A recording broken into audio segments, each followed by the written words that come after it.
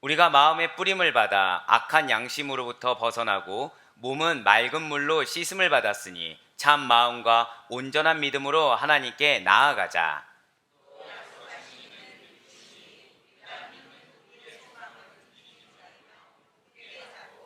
서로 돌아보아 사랑과 선행을 격려하며 모이기를 패하는 어떤 사람들의 습관과 같이 하지 말고 오직 권하여 그날이 가까움을 볼수록 더욱 그리하자. 아멘. 할렐루야.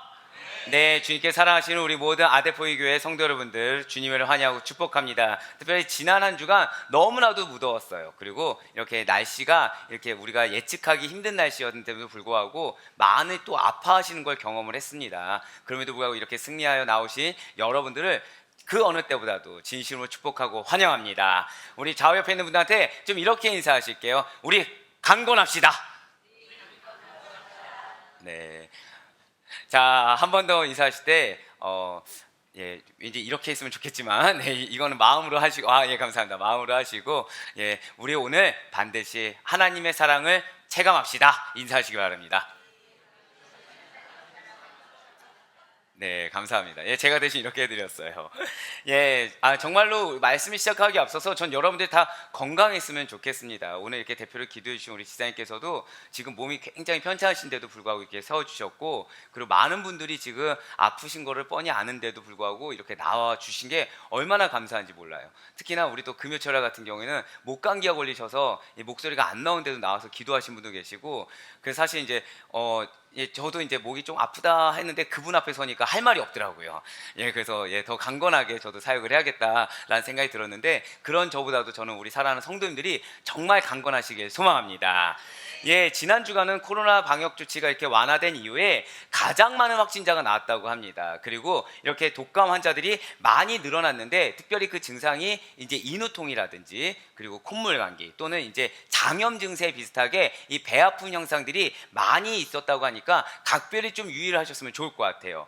이전이었으면 이런 확진자 소식이 좀 들린다라고 하면 이런 확진자에 대한 얘기로 이런 뉴스나 신문 가십거리에서 도배가 되었을 것입니다. 하지만 이제는 좀 완화되어서 마치 풍토병처럼 여겨지는 그러한 시점이 되었다라는 것이죠. 그렇습니다. 우리가 코로나 팬데믹이라는 것을 겪은 지 엊그제 같은데 어느새 코로나 엔데믹으로 전환되어 있는 시점이라는 것이죠. 그런 지금이 바로 포스트 코로나 시대라는 거예요. 이러한 포스트 코로나 시대에 교회의 화두가 있습니다. 그것은 건강한 교회 만들기, 건강한 예배 만들기, 건강한 그런 공동체 만들기, 그런 것들이 교회에 지금 화두가 되고 있어요. 분명 거리두기가 해제되었습니다. 그럼에도 불구하고 여전히 교회의 문턱을 넘는 일이 어색하신 분들이 많다 보니까 이러한 건강한 교회, 건강한 예배, 건강한 공동체 만들기가 화두가 될 수밖에 없다라는 것이죠. 예배당에 나와서 예배 드리는 것을 꺼려 하시며 여전히 영상으로 예배 드리는 것을 만족해 하시는 분들이 계시다라는 거예요. 코로나 시대 이전에는 감히 상상할 수 없는 그러한 일들이 스스로 나의 믿음과 나의 신앙에서 어느 정도 거리를 두려고 하는 성도님들이 생겨버리셨다는 것이죠. 그래서 이전에는 좀 일부에 불과했던 가난한 성도님들이 늘어나게 되었습니다. 그러다 보니까 어떻게 하면 이 코로나 시대에 급증하게 된 이 가난한 성도들로 하여금 다시 교회에 나오도록 하여 건강한 예배로 인해서 그리고 건강한 공동체에서 온전한 믿음으로 하나님께 예배드릴 수 있도록 할 수 있을까라고 심히 고민하지 않을 수가 없는 시대가 되었다는 것이죠. 하지만 여러분들이 반드시 기억하셔야 될 것은 분명 건강한 교회 회복, 건강한 예배 회복, 건강한 공동체의 회복이 중요한 것은 맞아요. 그러나 그 모든 것들의 회복 이전에 가장 먼저 선행되어야 될 것이 있다라는 것이죠. 그것이 무엇이겠습니까? 절 따라 고백하실게요. 온전한 믿음. 그렇습니다. 우리 각자 개인의 스스로의 온전한 믿음이 먼저 회복되어야 된다는 사실을 반드시 믿으시길 바라겠습니다. 그렇습니다. 우리는 반드시 그 누구도 예외 없이 온전한 믿음의 회복이 있어야 된다는 거예요. 이렇게 온전한 믿음의 회복이 있고자 한다고 한다면 믿는 도리의 소망이 되어주시는 예수 그리스도에 대한 확고한 신뢰가 있어야 된다는 것이죠. 믿음을 위해서 누구를 신뢰해야 된다고요? 예수 그리스도에 대한 신뢰가 있어야 된다는 것입니다. 복음의 회복이 있어야 된다는 것이죠. 더불어 우리들에게 붙여주신 지금 여러분들 옆자리뿐만 아니라 여러분들의 가족 그리고 여러분들의 믿음의 공동체 안에 그 믿음의 지체들과 함께 모이게 힘쓰는 자들이 되어서 서로가 서로에게 흔들림 없는 믿음을 독려하면서 격려하면서 칭찬하면서 나아갈 수가 있어야 된다는 것이죠. 우리 함께 손잡고 가세, 이런 찬양이 있는데 이것이 단순히 찬양이자 구호에서 끝나는 것이 아니라는 거예요. 우리의 믿음의 길이라는 것은 주 예수 그리스도와 그리고 믿음의 성도들이 모두 다 같이 함께 손잡고 걸어가는 길임을 반드시 믿으시길 바라겠습니다. 나 혼자 걸어가는 것이 아니라는 거예요. 주님과 같이 걸어가는 것입니다. 주님과 같이 둘이서만 걸어가는 것이 아니에요. 믿음의 지체들과 함께 걸어가는 것이 우리의 믿음의 생활이라는 것이죠. 그렇습니다. 여러분과 저의 본질은 무엇입니까? 우리는 성도예요. 우리는 그리스도인입니다. 우리는 저 천국 백성입니다. 믿으십니까? 그렇다고 한다면, 진실로 성도라고 한다고 한다면, 성도는 자신이 그리스도의 보혈로 말미암아 죄 씻김을 받은 자라는 사실을 알고 있다는 것이죠. 성령의 인치심을 받았어요. 하나님과 죄로 인해 단절된 그 관계를 회복한 자들이 바로 성도인 것입니다. 더불어 그리스도 예수와 함께 완전한 연합을 이루게 된 자들이 바로 성도라는 거예요. 이런 성도가 바로 여러분과 저의 정체성이라는 사실을 반드시 잊지 마시길 바라요. 이렇게 그리스도와 같이 죽고 그리스도와 같이 살아난 여러분과 저는 그 온전한 믿음의 길에 있어서 홀로 서 있는 것이 아니라는 것이죠. 우리를 인도하십니다. 우리를 섭리하여 주세요. 우리를 다스리시는 예수 그리스도와 연합하여 함께 손잡고 걸어가는 것입니다. 그리고 그 믿음의 길은 온 교회와 온 성도들이 함께 손잡고 걸어가는 여정이며, 그리스도를 주로 모신 모든 성도님들이 하나로 연합함으로 말미암아 서로 돌아보아 사랑을 격려하고 선행을 격려하며 나아가는 길임을 반드시 잊지 마시길 바라겠습니다. 그래서 오늘 본문의 히브리서 기자가 우리에게 이렇게 간절히 권면하고 있다는 것이죠. 왜냐하면 히브리서를 기록한 당시의 초대교회 성도들도 마찬가지였다는 거예요. 여러 가지 이유로 예배를 포기합니다. 그러니까 마음에는 예배를 사모한다고 해요. 하지만 환경이 받쳐주지 않는다고 이야기를 하는 거죠. 모이는 것을 점점 기피하는 현상이 생깁니다. 그래도 사람이 먹고 살아야 뭔가 모일 수도 있고 뭔가를 도모해 볼 수 있잖아 라는 핑계가 나온다는 거예요. 그래서 히브리서 기자는 그래서는 안 된다, 예배하기에 힘써야 된다고 권면하고 있어요. 모이는데 힘쓰는 온전한 믿음을 가져야 된다고 권면하고 있다는 것이죠. 그렇다면 당시의 초대교회 성도들은 왜 모이는 것을 기피하고 있었던 것입니까? 왜 예배를 포기하려고 한 것일 걸까요? 당시에 기독교를 향한 로마의 박해가 너무 심각할 정도로 거세진 것입니다. 이에 따라 더 이상 기독교를 믿지 말고 유대교로 돌아가자라고 회개하려는 자들도 생겨버렸어요. 더불어 이방 종교의 유혹이 있습니다. 이단의 유혹이 생겨버렸어요. 하지만 이것은 외적인 공격에 불과하다는 것이죠. 여러분들 반드시 기억하시길 바랍니다. 환경이라는 것은 외적인 공격에 불과하다는 거예요. 이러한 공격의 배후에는 사단의 이간질이 있습니다. 하나님을 믿지 못하게 대적하는 악한 영이 있었다는 거예요. 이것을 분별하지 못하고 외적인 공격이 거세지면 이러한 표면적인 이유와 눈앞에 닥친 그 고난을 핑계로 인해서 자신의 신앙을 저버리는 안타까운 일들이 시대를 가리지 않는다는 거죠. 과거가 됐든 현재가 됐든 또 앞으로의 미래가 됐든 시대를 가리지 않고 동일하게 일어난다는 거예요. 그렇습니다. 진실로 사단은 성도들로 하여금 하나님을 바라보지 못하게 합니다. 아니요, 좀 더 정확하게 말씀드리면 하나님을 바라보는 그 방향은 그대로 놔둬요. 그러면서 다만 하나님이 아니라 세상에 더 관심을 갖게 하는 거죠. 그러니까 몸의 방향은 하나님을 향합니다. 근데 관심은 뒤에 갖게 한다는 거예요. 그러니까 내가 뒤를 보면서 앞을 가니까 어떻게 되겠습니까? 사고가 나는 거죠. 계속해서 트러블이 생기게 됩니다. 아예 한 방향만을 보고 가도 성공할까 말까인데 방향은 이쪽인데 뒤를 보게 한다는 거예요. 그러면서 하나님 한 분만 바라보지 않도록 미혹한다라는 것이죠. 자꾸 뒤에 무언가 더 좋은 것이 있는 것처럼 유혹을 한다라는 거예요. 그러면서 우리 스스로의 방향은 그대로니까 내가 지금 어떠한 상태인지 깨닫지를 못한다는 거죠. 그러니까 내가 문제가 없다고 생각하는 거예요. 왜요? 내 방향은 이쪽이니까. 그러면서 고개를 뒤로 돌리는 거에 대해서는 사람이 연약하니까 그럴 수 있지. 지금 이런 환경 가운데 저 지금 환경을 해결하지 않고서 어떻게 살아가겠어? 라고 하면서 얼굴을 고개를 돌리고 얼굴을 돌리는 것에 대해서 스스로에게 당위성을 부여한다라는 것이죠.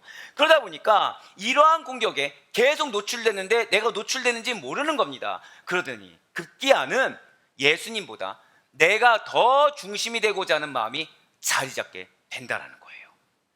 자기중심적인 신앙과 이기적인 신앙을 가지게 됩니다. 교회는 적당히 발을 걸치는 정도만 유지하면 되는 정도로, 이 정도가 더 심해지면 마치 이제 교회는 필요가 없는 것처럼 여기도록 사단이 부추긴다라는 것이죠. 하지만 여러분과 저는, 우리 모든 그리스도인들은, 우리 모든 성도님들은, 우리 모든 아델포이들은 달라야 된다는 거예요. 우리는 예수 그리스도의 보혈로를 말미암아 깨끗하게 죄 용서함을 받은 자들입니다. 그렇기 때문에 참된 마음과 온전한 믿음으로 하나님께 나아갈 수 있는 자들이라는 것이죠. 우리는 결코 이렇게 배교하는 자들이 아니라는 거예요. 우리는 하나님만이 유일한 신이시라는 절대적인 신앙을 가진 자들이라는 것이죠. 예수 그리스도의 그 속죄 희생으로 말미암아 정결함을 받은 자들, 보혈에 빚진 자들이 여러분과 저인 것입니다. 믿으십니까? 그 믿음으로 우리 본문 22절 말씀을 다시 한 번 더 읽어보도록 하겠습니다. 오늘 본문 22절 말씀입니다. 시작. 우리가 마음의 뿌림을 받아 악한 양심으로부터 벗어나고 몸은 맑은 물로 씻음을 받았으니 참 마음과 온전한 믿음으로 하나님께 나아가자. 아멘. 지금 다른 색깔로 표시된 말씀 한번 보시길 바라요. 지금 스크린을 보시면 우리가 마음의 뿌림을 받아 악한 양심으로부터 벗어났다라고 지금 나와 있습니다. 이것은 그리스도의 보혈로 말미암아 악한 양심으로부터 깨끗하게 되었다는 의미라는 것이죠. 그렇습니다. 진실로 예수 그리스도께서 자신의 몸을 십자가에 들이심으로 말미암아 그 보혈의 공로로 인해 우리 모든 죄인들이 거룩함을 입게 되었습니다. 예수 그리스도께서 거룩하게 된 자들을 단 한 번의 제사로 온전히 만들어 주셨다라는 거예요. 온전하게 영원히 될 수 있도록 만들어 주셨다라는 것이죠. 이렇게 온전하고도 이렇게 거룩함을 입은 성도들은 어떠한 자격이 있는지에 대해서 히브리서 기자는 이렇게 증거하고 있습니다. 히브리서 10장 19절에서 20절 말씀입니다. 그러므로 형제들아, 우리가 예수의 피를 힘입어 성소에 들어갈 담력을 얻었나니 그 길은 우리를 위하여 휘장 가운데로 열어놓으신 새로운 살 길이요 휘장은 곧 그의 육체니라. 아멘. 우리가 무엇으로 성소에 들어갈 담력을 얻게 됐다고요? 예수님의 보혈이라는 거예요.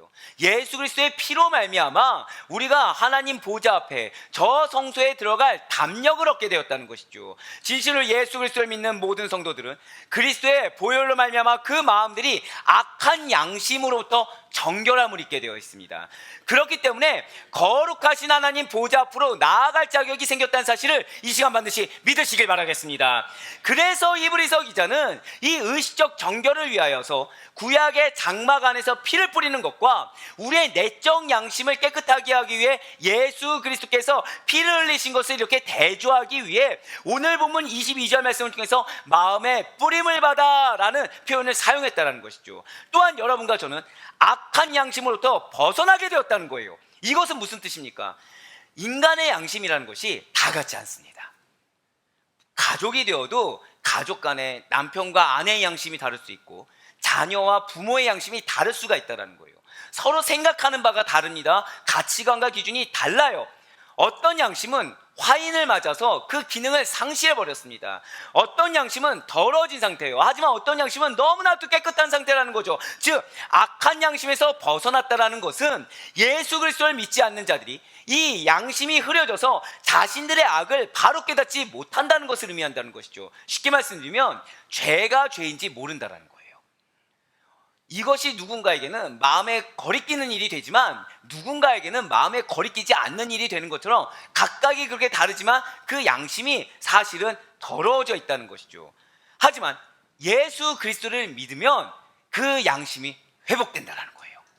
그래서 믿는 성도들은 자신이 익숙해져 있던 그 악한 양심을 버리고 양심이 본래 가지고 있던 재기능을 할 수 있게 주님께서 만들어 주셨다는 것입니다. 더불어 몸은 맑은 물로 씻음을 받았으니 에서 나타난 그 씻음의 의미라는 것은 유대인들이 습관적으로 행하던 의식적인 정결의식과는 다른 거예요. 바로 무엇이겠습니까? 절 따라 고백하실게요. 죄에 대한 정화. 그렇습니다. 죄에 대한 정화라는 것이죠. 그리스도의 보혈로 말미암아 죄에 대해서 우리가 씻기심을 받았다라는 거예요. 그리스도와 함께 죽고 다시 살아나는 완전한 연합을 이루게 되었다라는 것입니다. 언제요? 예수님을 믿는 그 순간에 우리는 죄에 대해서 씻김을 받았고 우리는 온전히 예수 그리스도와 다시 함께 살아나는 완전한 연합을 이루게 허락해 주신 것입니다.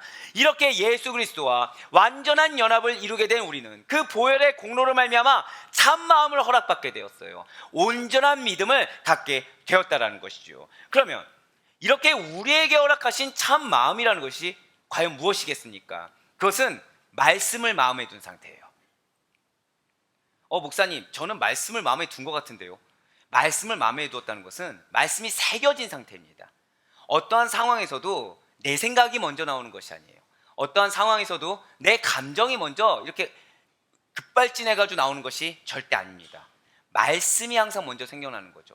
당혹스러운 일이 생기든 분노할 만한 일이 생기든 그 가운데 나에게 허락하신 말씀을 먼저 생각함으로 말미암아 나의 마음이 하나님의 마음을 품게 되는 것입니다. 하나님의 말씀인 진리에 부합하는 마음, 이것이 바로 참마음이라는 것이죠. 그래서 예수님께서 그러한 여러분과 저를 위해서 이렇게 기도하지 않으셨습니까? 요한복음 17장 17절의 말씀입니다. 그들을 진리로 거룩하게 하옵소서. 아버지의 말씀은 진리니이다. 우리가 무엇으로 거룩하게 되길 원하십니까? 진리로 거룩하게 되길 원하세요. 근데 그 진리가 무엇이라고 말씀하고 계시나요? 말씀이라는 거예요. 말씀으로 거룩하게 될 수 있음을 반드시 믿으시길 바랍니다. 말씀이 하나님이심을 정말 믿으시길 바라요. 그럼 여러분과 저희에게 주시는 그 말씀이 하나님의 권능의 말씀, 하나님이 나에게 직접 주신 그 말씀임을 믿는 믿음으로 말미암아 말씀을 실천하지 않고서는, 말씀을 마음에 두지 않고서는 못 배기게 된다는 것이죠. 그러한 자들이 참 마음을 가진 자들이라는 거예요. 그렇습니다. 참 마음은 진리이신 말씀 안에서, 진리이신 예수 그리스도 안에서 새롭게 된 마음입니다. 나의 생각은 원래 달랐어요. 하지만 말씀이 그렇게 주어지고 주님께서 성령을 통해서 나에게 주시는 음성이, 나에게 주신 메시지가 다르면 그 말씀과 음성 따라 나아간다는 거죠. 즉 무엇입니까? 이전의 나의 모습은 보이지가 않는다는 거예요. 점점 말씀 따라 행하는 새로운 삶이 우리는 보여지게 된다라는 것이죠. 그런즉 이전 것은 지나갔으니 보라 새 것이 되었도다. 이 새 것이 된 존재가 바로 여러분과 저라는 것입니다. 새 것이 된 존재에게 허락한 그 마음이 바로 참마음이라는 것이죠. 그렇게 새롭게 된 자들 마음에 누가 거하시고 계시겠습니까? 절 따라 고백하실게요. 나의 안에 예수님께서. 그렇습니다. 여러분들 안에 예수님께서 거하시고 계심을 반드시 믿으시길 바랍니다. 무엇입니까? 그 마음에 성령님이 지금 거하고 계시다는 거예요. 삼위일체가 되시는 하나님이시자 예수 그리스도시고 성령님께서, 그 성령님께서 내주하고 계시다는 것이죠. 진리의 영이신 성령님께서 저와 여러분과 그렇기 때문에 영원히 함께 동행하고 계심을 반드시 믿으시길 바라겠습니다. 분명 예수님께서 우리에게 이렇게 약속해 주셨다라는 거예요. 요한복음 14장 16절로 17절 말씀이 그러합니다. 내가 아버지께 구하겠으니 그가 또 다른 보혜사를 너희에게 주사 영원토록 너희와 함께 있게 하리니 그는 진리의 영이라. 세상은 능히 그를 받지 못하나니 이는 그를 보지도 못하고 알지도 못함이라. 그러나 너희는 그를 아나니 그는 너희와 함께 거하시며 또 너희 속에 계시겠음이라. 아멘. 지금 뭐라고 말씀하시나요? 예수님께서 아버지께 구하셨어요. 그가 또 다른 보혜사 성령님을 우리에게 주셨어요. 그런데 언제까지 계시겠다고요? 영원토록 함께 있게 하시겠다고 약속해 주셨습니다. 그런데 그 성령님이 어떤 영이라고 말씀하십니까? 진리의 영이라는 거예요. 결국 하나님이 여러분에게 진리를 허락해 주셨습니다. 믿으십니까? 무엇으로 주셨다고요? 말씀을 주셨어요. 성령님을 주셨다는 것이죠. 결국 우리가 진리를 따라 행하기를 원한다고 한다면, 내가 지금 현재 살고 있는 삶에서 변화되길 원한다, 정말 정답인 삶을 살길 원한다고 한다면 우리는 간단합니다. 무엇만 따르면 되나요? 말씀을 따라 살면 되는 거예요.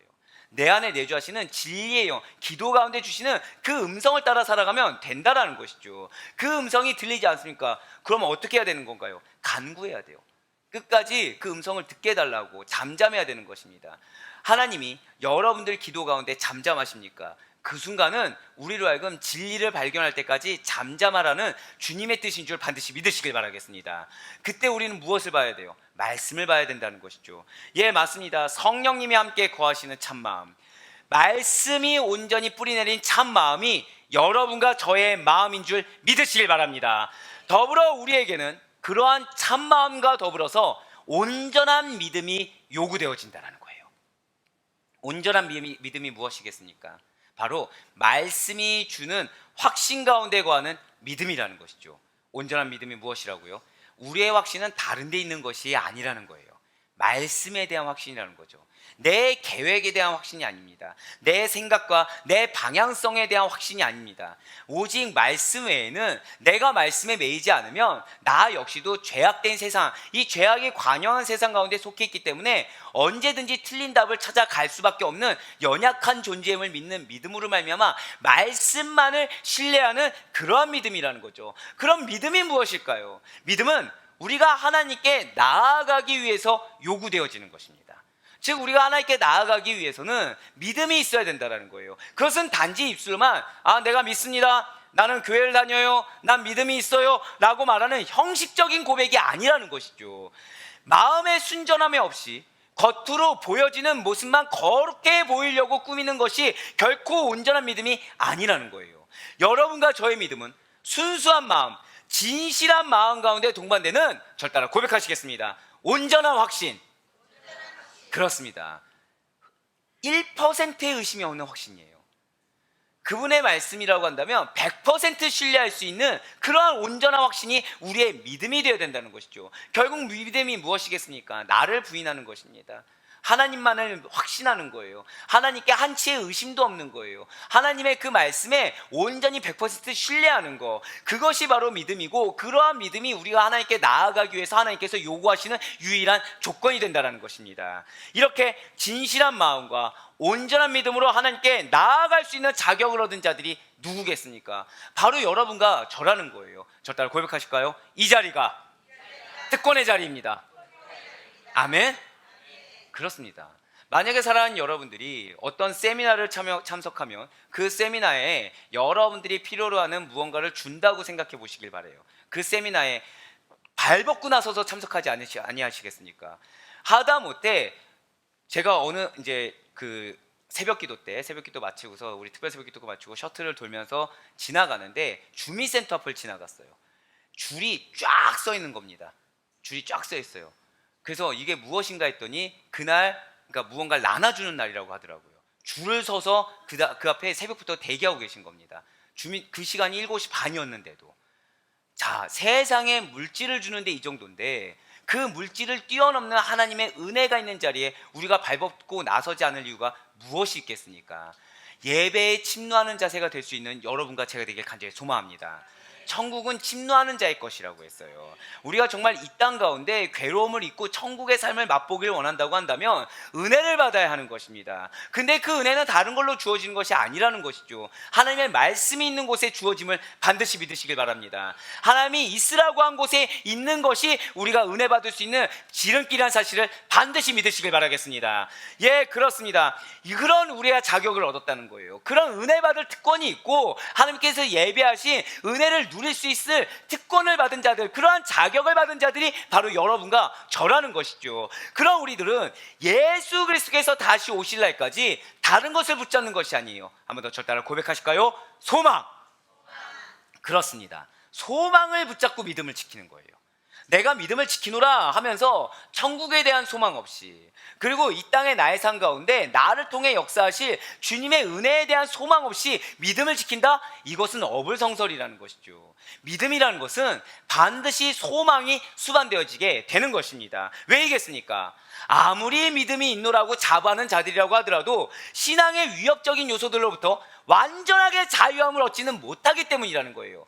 분명히 나는 견고한 믿음이 있습니다. 그동안 흔들린 적이 없어요. 그리고 내 삶을 둘러봐도 흔들릴 만한 요소가 전혀 없습니다 라고 여기면서 살아온다라는 거죠. 그런데 그런 그들에게 마치 사탄이 비웃기라도 하듯이 믿음이 흔들릴 만한 요소들이 시시각각으로 공격해 온다라는 거예요. 어느 순간 이게 믿음이 흔들릴 만한 요소가 아니라 기도 제목이라고 생각했는데 이게 점점 쌓이다 보니까 마음이 어려워지는 거죠. 물질이 어렵습니다. 사람에게 배신을 당해요. 그러더니 건강까지 안 좋아져요. 근데 더 이게 신기한 것은 내가 나름 믿음이 좋다고 해서 열심히 신앙생활 했다는 거죠. 열심히 봉사도 했습니다. 열심히 헌금도 했어요. 열심히 나름 다른 사람이 보기에 존경할 만큼 잘 살았습니다. 신앙이 결단되었어요. 그런데 삶이 안 풀리는 겁니다. 건강은 더더욱 안 좋아져요. 점점 더 물질은 없어져 갑니다. 사람들과의 관계에서도 뭔가 내가 자꾸 무시당하는 것 같아요. 관계에서 점점 트러블이 생깁니다. 점점 안 좋은 일이 산적해 가요. 그러다 보니까 무슨 생각이 듭니까? 나는 믿음이 흔들릴 만한 요소가 전혀 없고 나는 그래도 믿음이 나름 견고하다고 생각을 해왔는데 은연중에 왜 나한테 이러시지? 나는 의심이 들기 시작한다는 거예요. 분명히 하나님은 나에게 선하고 합당한 것만 주십니다. 믿으십니까? 다 아멘으로 믿는데 그 순간이 되니까 지금 내 상황이 선하고 합당한 것도 인정하지 않는 거예요. 이것이 나에게 가장 옳은 상황이라고 인정하지 않는 거죠. 마음에 뭐가 있습니까? 의심이 들어갔다는 거예요. 어느 순간 말씀이 들리지 않습니다. 무엇이 들립니까? 사람들의 조소가 들리기 시작하는 거예요. 사람들의 비아냥거리는 소리가 들리기 시작하는 거죠. 사람들의 험담하는 소리가 들리기 시작하는 것입니다. 그게 점점 나에게 어느 순간 신앙의 위험 요소가 되기 시작해요. 분명히 나는 배우기로는 나에게 붙여준 영혼들을 축복해 줘야 된다고 배웠는데 이거는 축복은커녕 차라리 신경 안 쓰는 게 편할 정도가 됐다는 거죠. 너가 믿는 하나님은 왜 너의 그 고통과 고난에 침묵하는 것처럼 보이는 것이냐? 은혜가 충만한 그리스도라면서 왜 너의 형편을 알면 더 큰 축복을 내려줘야 되는데 왜 너의 삶은 더 나아지는 것이 없냐? 아니 왜 더 힘들어진 거냐? 이런 비아냥 소리를 듣기 시작한다는 거예요. 또한 반기독교적인 문화나 샤머니즘에 심취된 자들은 그리스도인들을 더 조롱하고 더 핍박한다는 거죠. 아니 너 예수 믿는다고 하면서 왜 더 많은 사건 사고가 터져? 너 정말 그 예수님 정말 살아있는 거 맞아? 너가 믿는 신은 널 아프게 하는 그런 신이야? 사람을 그렇게 고통스럽게 했고 예배조차 못 드리게 막는 게 그게 정말 신 맞아? 라면서 공격을 한다는 거예요. 그렇다면 이러한 외적인 공격들 때문에 우리의 신앙이 흔들리는 것입니까? 그런 공격만으로 내 신앙이 지금 흔들려지는 건가요? 아니라는 거예요. 신앙의 위협적인 요소에는 그런 외적인 공격들도 있지만 사실은 우리의 내적인 유혹과 시험도 존재한다는 것이죠. 온 세상에 만연해져 있는 맘모니즘의 영향을 받아서 나 자신도 모르는 사이에 부를, 물질을 하나님의 역사로 인정하는 숭배하는 그런 맘모니즘을 따라 살게 하다가 점차 하나님을, 복음을 잃어버리게 된다는 거예요. 그러니까 점차 무언가 내가 놓은 기도 제목이 응답이 되면 예수님이 살아 숨쉬는 것 같고 이것이 응답이 안 되고 날 그냥 가만히 내버리는 것 같으면 예수님이 움직이지 않는 것처럼 무언가 예수님이 가만히 계신 것처럼 착각하게 만드는 맘모니즘에 내가 알게 모르게 젖어들어 버렸다는 것이죠. 그래서 진실한 마음과 온전한 믿음으로 하나님께 나아가야 된다라고 권고한 히브리서 저자는 그렇기 때문에 너희들은 소망의 그 고백을 견고하게 붙들어야 돼 라고 지금 권면하고 있다는 거예요. 자, 우리 23절 말씀을 다 같이 한 번 더 읽어보도록 하겠습니다. 시작. 또 약속하신 이는 미쁘시니 우리가 믿는 도리의 소망을 움직이지 말며 굳게 잡고. 아멘. 지금 나에게 미쁘시다, 믿음직스럽다고 이야기했나요? 아니에요. 약속하신 이가 미쁘시다고 했습니다. 하나님만이 믿음직스럽다는 거예요. 그러니 우리가 믿는 도리, 진리가 무엇입니까? 예수 그리스도 그분의 말씀이잖아요. 말씀이 주는 소망을 우리가 흔들리지 말고 굳게 잡아야 된다는 것이죠. 그렇습니다. 여러분과 저에게 하나님이 약속을 주셨습니다. 믿으십니까? 우리에게 약속을 주셨어요. 나는 무슨 약속인지 모르겠는데요, 최소한 우리는 한 가지는 알죠. 예수님을 믿으면 천국을 가게 됩니다. 믿으십니까? 예수님을 믿는 우리에게 부활의 소망이 있습니다. 믿으십니까? 이거에 대한 소망을 붙잡고 그 믿음이 온전해질 수 있도록 잡아야 된다는 거예요. 하나님께서 허락하신 그 약속은 하나님이 신실하시고 진실하시기 때문에 그 모든 약속은 절대적으로 믿을 수 있다는 거죠. 자, 약속을 주는 사람이 책임이 있습니까? 받는 사람이 책임이 있습니까? 약속을 주는 사람이 책임이 있어요. 예를 들면 내가 지금 이게 돈이 필요한데 이 돈을 나한테 빌려주면 내가 언제까지 갚을게라고 약속을 했어요. 그럼 갚아야 되는 의무는 누구에게 있습니까?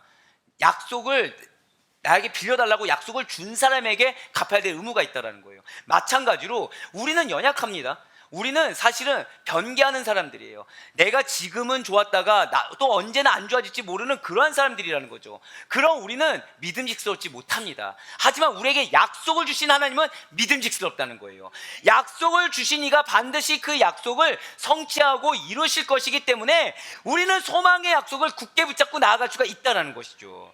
약속을 주신 분이 하나님이시기 때문에 나에게 약속의 말씀을 주셨다고 한다면, 언약을 주셨다고 한다면 그 말씀을 반드시 성취하실 것이라는 그 믿음만 우리에게 있으면 된다는 것입니다. 약속하신 이가 신뢰할 수 있는 분이기 때문에 그 약속을 주신 분께서 우리에게 무엇이 있다고 말씀하십니까? 저를 따라 고백하실까요? 소망이 있습니다.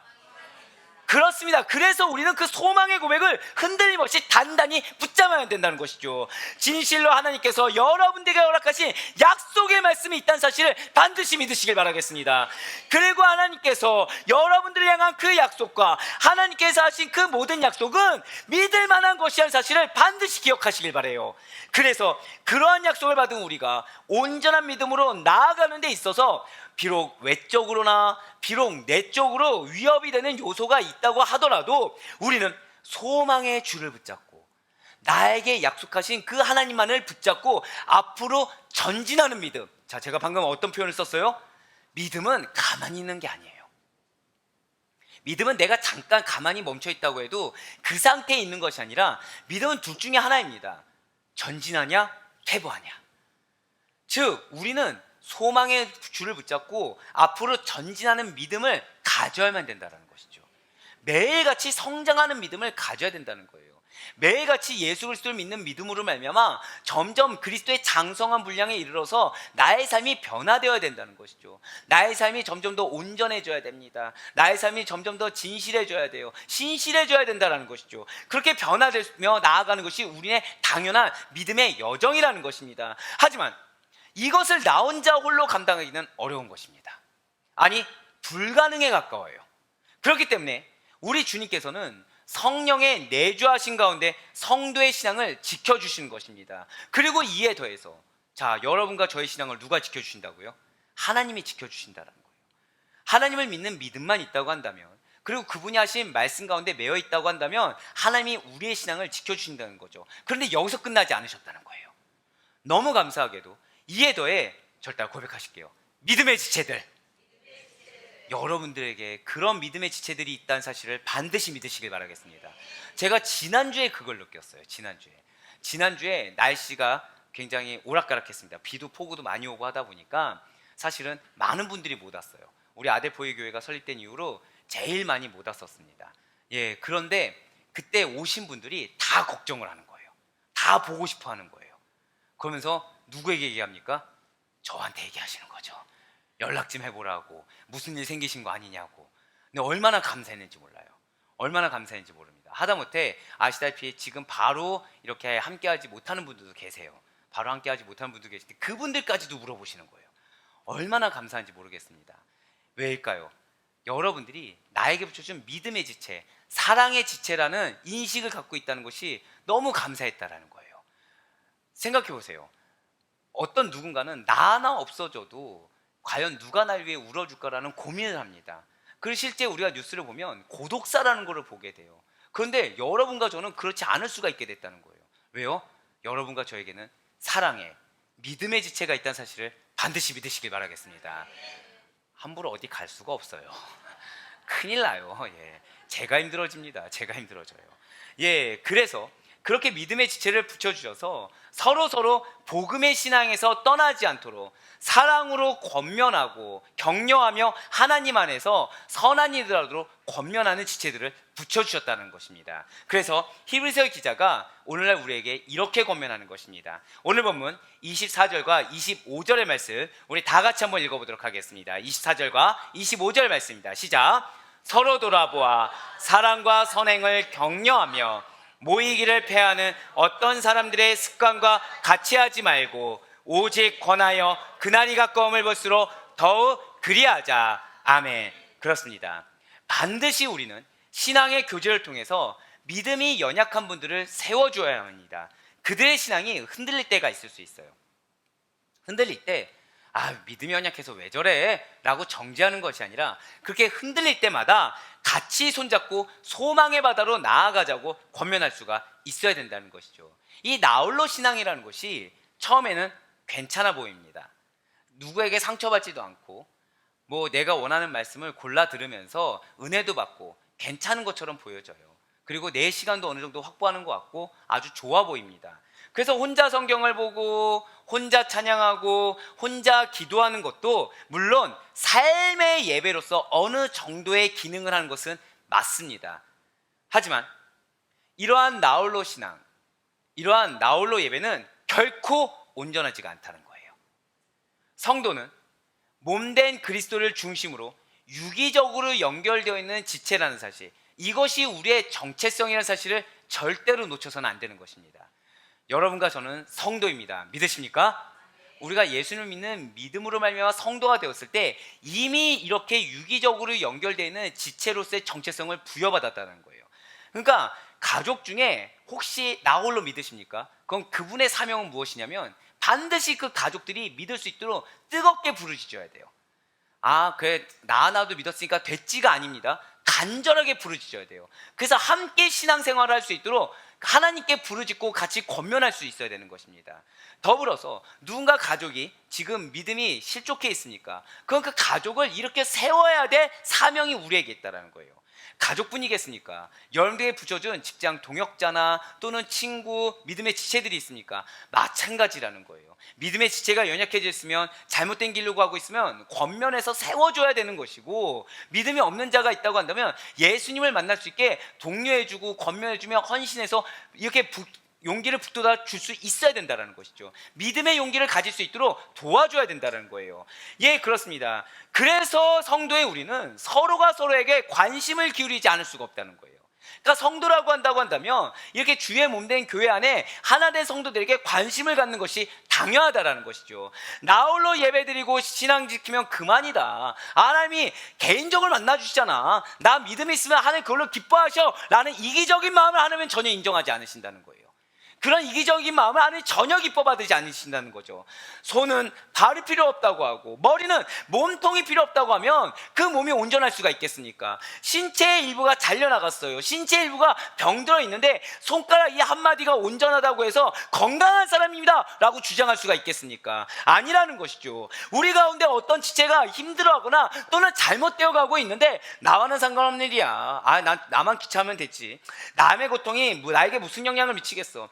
괜히 좀 얘기하다가 귀찮은 일에 휘말릴 것 같아 라는 식의 태도와 생각은 그리스도의 몸된 교회의 본질을 잘 이해하지 못한 자들, 아니 더 정확히는 믿음의 유무에 대해서 의심이 되는 자들이라는 거예요.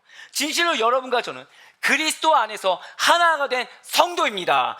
그럼 우리들은 오직 그리스도 안에서 한 몸을 이루고 있는 성도들에 대해서 서로의 기쁨을 더하고 서로의 슬픔을 나눈 자들이 반드시 되어야만 된다는 거예요. 그래서 사도 바울이 우리에게 이렇게 권면하고 있는 것입니다. 로마서 12장 15절의 말씀입니다. 즐거워하는 자들과 함께 즐거워하고 우는 자들과 함께 울라. 같이 즐거워하시길 바라요. 같이 슬퍼하시길 바랍니다. 목사님, 근데 저는 사람들하고 얽히고 설키는 게 너무 싫어요. 목사님, 제가 말하면 목사님도 놀라실 거예요. 인정할 수 있을 거예요. 제가 얼마나 많은 상처를 받았는데요. 제가 제 남편한테, 제 아내한테 얼마나 많은 상처를 받았는데요. 제가 제 자식 새끼들한테 기껏 사랑해줬더니 돌아오는 게 배신이었어요. 제가 얼마나 많은 상처가 있는지 아시겠습니까? 아무리 도움을 주고 사랑을 줘도 받은 사람들이 오히려 더 배은망덕하게 저를 더 공격하던데요. 그런 사람들로 인해 나는 이제 더 이상 상처받고 싶지 않습니다. 각자 도생이 마음이 더 편해요. 이 말이 맞는 것입니까? 여러분들, 성도는 각자 도생이란 말과 제일 어울리지 않는 사람들입니다. 마음은 잘 기억하셔야 돼요. 타인에 의해서만 다치는 것은 아니라는 거죠. 마음을 이 스스로의 상자 안에 가두어 놓아도 상하게 되는 것이 마음이라는 거예요. 누군가 때문에만 상처받는 게 아니라 내가 나 스스로의 마음을 상하게 만든다는 거죠. 얽히는 게 싫고 상처받는 게 싫어서 가두게 되면 이 상자 안을, 이 마음을 스스로의 이기심이라는 것이 썩게 만든다는 거예요. 스스로의 이기적인 마음이 상하게 만든다는 것이죠. 분명 여러분과 저의 마음이 타인과 얽히고 관계하는 동안에도 상하게 되는 것이 맞습니다. 예, 그런 경험들이 다 있으실 거예요. 그렇지만 그러한 과정을 거치면서 점차 이타적으로도 변하게 되고 자기 자신을 객관적으로도 돌아보게 되며 우리의 마음의 그릇이라는 것이 커지게 된다는 것이죠. 그 가운데 나를 향한 하나님의 인내하심을 발견하게 됩니다. 나를 향한 그리스도의 사랑을 먼저 깨닫게 된다는 거예요. 그러면서 하나님이 저 영혼을 나를 향한 그 인내와 사랑으로 품어주길 원하는 영적 분별력이라는 것도 갖게 된다는 것이죠. 따라서 우리는 그러한 타인과의 관계에서 오히려 나를 공격하는 그 사람으로 말미암아 내가 더 성장하고 있음을, 내가 더욱 너그러워지고 있음을, 내가 더욱 풍성해지고 있음을 믿어야 된다는 것이죠. 어쩌면 우리의 마음이 그렇게 타인과의 관계를 노력해 보다가 다른 이들과의 교류 속에서 더 상하게 되고 더 아파할 수도 있을 거라는 거예요. 마치 사탄이 너가 받은 은혜보다 상처가 더 커, 그러니까 더 이상 그만 노력해 라고 미혹하는 것처럼 기가 막힐 정도로 더 노력하면 더 노력할수록 힘들어질 수도 있을 것입니다. 하지만 사랑하는 여러분들, 우리가 하나님께서 말씀하신 대로 순종했을 때 그것이 상처의 길이 되었든 그것이 나를 보호하는 길이 되었든, 하지만 하나님께서 말씀하신 것이 나로 하여금 상처의 길이라고 했을 때 그 길을 걸어가면 결국 순종한 여러분과 저의 마음을 하나님께서 지키시고 하나님께서 보호하시며 그 상처를 반드시 치유시키시고 회복시키실 것을 믿으시길 바라겠습니다. 우리가 하나님의 말씀에 순종하며 나아갔을 때 변하지 않을 것 같은 삶을 반드시 변화시키시사 우리의 마음이 보상받게 할 것을 반드시 믿으시길 바라요. 그것을 믿는 믿음이 있는 자들에게 하나님께서 놀랍게 역사해 주신 것입니다. 하나님께서 명하신 그 성도의 하나됨에는 그러한 모든 과정을 포함한 주님의 섭리와 은혜가 있다는 사실을 반드시 믿으시길 바라겠습니다. 그러니 우리는 우리 주변의 영혼들에 대해서 영적인 관심을 가져야 된다는 것이죠. 내가 판단하기에 앞서서 하나님이 저 영혼에 대해서 어떤 마음을 품길 원하시는지 그거를 먼저 받아들일 수 있어야 된다는 거예요. 그 가운데 내 입장에서의 도움이 아닙니다. 이걸 반드시 기억하셔야 돼요. 많은 분들이 하나님의 마음을 느끼기도 합니다. 그래서 노력을 해요. 근데 중요한 것은 상대를 배려하는 마음이 아니라 내 입장에서의 도움을 준다는 거죠. 내 입장에서의 언어를 행한다는 거예요. 그러면 그 상대는 자, 하나님의 마음으로 행했으니까 지금 내 마음으로 행했으니까, 내 입장이잖아요. 내 마음이잖아요. 연약한 인간의 마음으로 말하고 인간의 마음으로 행하다 보니까 분명히 동기는 하나님의 마음이었는데 전개해서 내 마음이 들어가 버린 거죠. 그럼 이건 변질된 거겠죠. 어떻게 됩니까? 또 상처를 받아요. 앞에 있는 사람이 상처받으니까 상처받은 대로 그대로 반발심이 나오겠죠. 그럼 우린 여기서 뭐라 그래요? 내가 선을 행했더니, 내가 배려했더니 돌아오는 게 상처다 라고 이야기한다는 거예요. 아닙니다. 철저하게 나는 없어야 됩니다. 철저하게 예수 그리스도만 살아 숨쉴 수 있길 간절히 소망합니다. 그분이 주신 마음대로 할 수 있길 바라요. 그분이 주신 마음과 그분이 원하시는 방법대로 행할 수 있길 바랍니다. 내 입장에서 하는 우리가 아니길 바라요. 그래서 내 입장에서 도움이 아니라 상대방을 배려하되 주님께서 주시는 마음을 분별해서 성령의 음성에, 그리고 주님께서 주신 그 말씀에 순종할 수가 있어야 된다는 것이죠. 돌아본다는 거 어렵습니다. 하지만 이것은 초대교회 성도들에게는 또 너무나 익숙한 일이었다는 거예요. 초대교회 성도들은 있는 것을 서로 나누고 자기 것을 자기만의 소유로 여기지 않았다는 것이죠. 자주 모였습니다. 하나님의 말씀을 상고했어요. 하나님의 말씀을 두고 기도했어요. 영혼을 독려했어요. 그들에게는 그래서 하나님 사랑, 그 이후에 이웃 사랑이 흘러 넘쳤다는 것이죠. 모여서 무엇부터 했다고요? 하나님의 말씀을 상고했습니다. 하나님의 말씀을 두고 기도했어요. 그리고 주신 말씀과 붙잡고 그 붙여주신 영혼들을 독려하며 격려하고 칭찬했습니다. 그런 그들에게 무엇이 넘쳤습니까? 하나님의 사랑이 넘쳤다는 거예요. 이웃사랑이 넘쳤다는 것이죠. 우리들의 관심사 역시도 마찬가지인 것입니다. 다른 성도가 사랑과 선행을 행할 수 있도록 격려하는 일이 우리의 관심사가 될 수 있길 간절히 소망합니다. 다른 성도가 이러한 격려는 단순한 말과 권유 정도로 끝나서는 안 된다는 것이죠. 여기서 말하는 격려라는 것은 상대방이 사랑과 선행을 하도록 자극하고 도전을 줄 수 있어야 된다는 거예요. 말로 도전 주는 게 아닌 것입니다. 절대 고백하실까요? 내가 먼저. 그렇습니다. 내가 먼저예요. 사랑하는 배우자가 변하기 원하십니까? 내가 먼저 행해야 돼요. 내가 먼저. 혹시 직장의 동료가 변화되길 원하십니까? 내가 먼저 변화돼야 된다는 거예요. 내가 먼저 행해야 된다는 거죠. 목사님, 제가 행했는데 저 사람이 안 바뀌었는데요. 분량이 아직 쌓이지 않은 겁니다. 분량이 쌓이지 않았어요. 우리를 생각해 보세요. 나의 인내는 한두 번이면 벌써 폭발합니다. 그러면서 상대는 뭘 바래요? 상대는 한두 번이 웬 말입니까? 더 많은 헌신, 더 많은 변화. 나는 정작 하나 두 개면서 우리는 너무 많은 걸 바란다는 거예요. 그것이 아닙니다. 상대방이 사랑과 선행을 행할 수 있도록 자극할 수 있는 본이 되는 여러분과 제가 되길 간절히 소망합니다. 우리 자신의 적극적인 선행이 다른 지체들로 하여금 신선한 동기로 부여될 수 있음을 기억해야 된다는 거예요. 내가 먼저 행한 사랑이 상대방으로 하여금 사랑을 실천하게 하는 매개체가 된다는 사실을 기억하시길 바라겠습니다.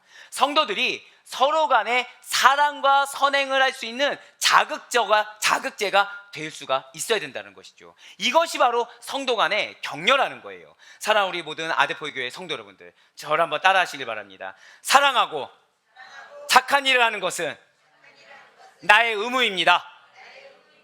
사랑하고 착한 일을 하는 것은 나를 지으신 하나님의 목적입니다. 아멘. 지금 제가 여태껏 설교했던 것 중에 회개하세요보다 더 얼굴이 어려워진 건 처음입니다. 얼마나 많은 상처를 받으셨길래 지금 이러시는지 모르겠지만, 근데 주님께서 그런 여러분들의 상처를 아시고 주신 말씀이 무엇입니까? 괜찮아, 너의 상처는 내가 보듬어 줄 거야. 너의 상처는 내가 회복시켜 줄 거야. 그러니 이 말씀대로 행해봐. 그러면 변화될 거야. 이 말씀을 정말 믿으시길 바라요. 그렇습니다. 여기서 우리가 오해하지 말아야 될 것은 남의 일에 꼬투리를 잡고 사생활을 감시하며 간섭하기 위해서 서로 돌아보아야 된다는 것이 결코 아니라는 거예요. 우리가 계속해서 서로에게 관심을 가져야 하는 것은 오직 서로 사랑하고 오직 서로 착한 일을 행하기 위함인 것입니다. 우리 사랑하는 모든 아데포의 권속 여러분들께서는 서로의 영적 성숙을 위해 끊임없이 착한 일을 장려하고 자기 스스로 선한 행동으로 말미암아 상대방에게 선한 롤모델, 선한 도전이 될 수 있길 간절히 소망합니다. 이렇게 사랑과 선행을 행하는 일은 성도가 뒤로 가지 않고 퇴보하지 않고 믿음을 지키는 일, 믿음을 전진하는 일이기도 한다라는 거예요. 그렇습니다. 사랑과 선행이라는 것은 구원받은 성도의 기본적인 의무입니다. 사랑과 선행이 무엇이라고요? 구원받은 성도의, 한 번 더 절대 고백하실게요. 나의 기본 의무입니다. 아멘. 네, 그래서 제가 오늘 이제 뒤에서 기도하는데 어떤 분이 어떤 한 분한테 넌지시 선물을 주는 걸 봤어요. 작은 선물을 주셨습니다. 마음이 너무 흡족한 거예요. 왜냐? 어떤 날인지 모르고 행하신 걸로 제가 알고 있거든요. 그분이 왜 하셨을까요? 마음 가운데 기본 의무를 하나님께서 명하신 것입니다. 그 음성에 순종하셨기 때문에 행했다라는 것이죠. 또 그렇다고 해서 다음 주 대해서 갑자기 당신 나이 많이 똠니다 막 갑자기 이렇게 주지 마시고 마음 주실 때 행하시는 겁니다. 마음 주실 때 이렇게 저만 보시면 목사님이 나이 많이 똠가 하지 마시고, 네, 우리가 예수 그리스도께 받은 새 계명은 서로 사랑하는 것이며 하나님께서 그리스도 안에서 우리를 지으신 목적이 바로 선한 일을 하기 위함이라는 사실을 반드시 잊지 마시길 바랍니다. 그래서 우리가 이렇게 서로 사랑하고 선한 일을 하게 되면 하나님의 사랑과 그분의 선하심을 내가 더욱 맛보아 알게 된다는 거예요. 물론 죄인된 우리가 서로 사랑하고 서로 선한 일을 하는 것이 너무나 어려운 것이 맞습니다. 상대의 입맛에 맞춰서 해준다? 굉장히 힘든 일이죠. 그렇지만 말씀을 따르다 보면 그 안에 진정한 사랑과 각종 선한 행위들이 들어있음을 깨닫게 된다는 거예요. 내가 무엇을 어떻게 해야 되는지 알게 된다는 거죠. 성경이 가르치는 지키는 모든 계명과 율례는 결국 하나님의 사랑과 그분의 선한 일로 모아진다는 것을 깨닫게 된다는 것입니다. 그리고 성도들은 이 계명을 지키는 것이야말로 내가 이 영혼을 돌봤는데 이게 하나님을 사랑하는 일이구나, 그리고 더불어서 믿음을 지켜 뒤로 물러가지 않게 하는 적경이 되는구나 라는 사실을 깨닫게 된다는 사실을 반드시 믿으시길 바라겠습니다. 이제 말씀을 맺겠습니다. 참 마음과 온전한 믿음으로 하나님께 나아간 자들은 다른 영혼들을 돌아보고 사랑과 선을 행하는 자들이라는 사실을 기억하시길 바라요. 그러니 그리스도께 죄 씻기심을 받은 우리들을 통해서 진리 되신 예수님께서 선을 행하시고 계시다는 사실을 믿으시길 바라요. 여러분들 통해서 누가 지금 선을 행하고 계시다고요? 주님께서, 예수님께서 선을 행하시고 계신 것입니다. 그래, 내가 행하지 않으면 누구를 가로막고 있는 것입니까? 예수 그리스도를 내가 가로막고 있는 거예요. 내가 지금 말로 악한 말을 하면 누구를 가로막고 있는 것입니까? 예수님을 가로막는 거라는 거죠. 그러니 선한 말을 하시길 바랍니다. 선한 행위를 하시길 바라요. 아무리 미운 사람이 있다고 하더라도 먼저 사랑을 베푸시길 바랍니다. 무관심은 사랑이 아니에요. 관심이 사랑인 것입니다. 그러니 말씀의 법을 지키고 말씀 안에서 흔들림 없이 믿음을 지키는 여러분과 저 가운데 선한 일들과 사랑이 가득 넘치게 주님께서 역사하실 것을 믿으시길 바랍니다. 저는 우리 사랑하는 성도님들이 그저 이성 안에 갇혀있는 믿음이 아니길 바라고 있어요. 자기 자신을 버리시사 하나님의 뜻을 이루신 주님께서 보여주신 그 십자가 사랑이 원수까지 포용하신 의롭고 선한 그분의 순결한 마음이 여러분과 저의 모두의 것이 될 수 있길 간절히 소망합니다. 그의 바랄 것 없기는 입술과 구호에 갇힌 믿음이 아니라 이러한 어떠한 삶의 예배로, 삶의 섬김과 헌신으로 성도 간의 깊은 영적 교제 가운데 온전한 믿음이 많이 드러날 수 있는 우리 모든 아델포유 교회 성도님들의 삶이 될 수 있기를, 그리하여 주님을 만나는 그날에 우리가 주님께로부터 착하고 충성된 내 종아, 너가 나의 사랑을 행하였구나, 너가 나의 사역을 선하게 행하였구나 라는 칭찬을 받을 수 있는 우리 모두가 될 수 있기를 주님의 이름으로 간절히 축원합니다.